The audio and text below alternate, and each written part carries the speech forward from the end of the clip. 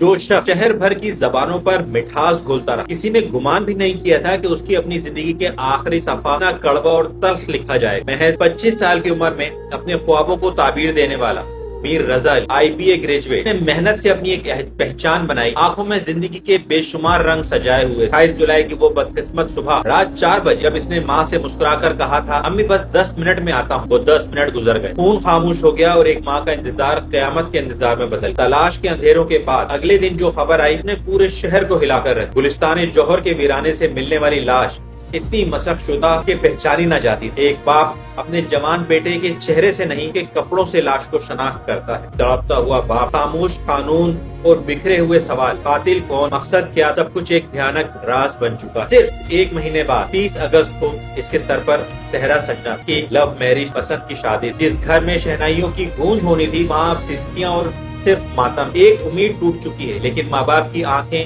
اب بھی ایک لفظ سننے کی منتظر ہے، انصاف۔ پولیس کی طرف سے کہا جا رہا ہے کہ شاید خودکشی کہا جا سکتا ہے۔ کچھ ویڈیوز بھی منظر عام پر آئی ہیں، جیسے یہ آپ ویڈیو دیکھ سکتے ہیں، لیکن اس ویڈیو میں ایک بہت بڑا فلا ہے۔ آپ نے پولیس کی تحقیقات میں سنا، رپورٹ میں بھی سنا، سب جگہ کہا گیا کہ اس نے ایک کرائے کی گاڑی بک کروا کر اس سے گیا، لیکن اس ویڈیو میں دیکھا جا سکتا ہے کہ رضا اپنی گاڑی کے اندر سے اترا، اپنی پسٹل لی اور گاڑی کو دوبارہ انلاک کر کے اس کے اندر بیٹھ رہا ہے۔ صاف پتہ چل رہا ہے کہ یہ کرنٹ ویڈیو نہیں ہے، تازہ ویڈیو نہیں، بلکہ کوئی پرانی ویڈیو نکالی گئی۔ پولیس یہ بھی کہہ رہی ہے کہ یہ خودکشی ہو سکتی ہے کیونکہ وہ اپنی ذاتی پسٹل لے کے گیا ہے، لیکن سوال یہ پیدا ہوتا ہے کہ اگر اسے خودکشی ہی کرنی تھی تو اسے اتنا لمبا ڈرامہ کرنے کی کیا ضرورت کہ وہ گھر آتا ہے، گھر سے واپس جاتا ہے، اتر آتا ہے اور اس کے بعد وہ جا کر اپنی پسٹل لیتا ہے، ایک انجان علاقے میں جاتا ہے اور وہاں جا کے خودکشی کرتا ہے۔ تو یہ بات کچھ سمجھ میں آنے والی نہیں ہے۔ اسی لیے انصاف کا تقاضا یہ ہے کہ ایک شفاف تحقیقات ہونی چاہیے اور اس کے قاتلوں تک پہنچا جائے۔ یاد رہے اس طرح کا ایک واقعہ پہلے بھی کراچی میں رونما ہو چکا ہے،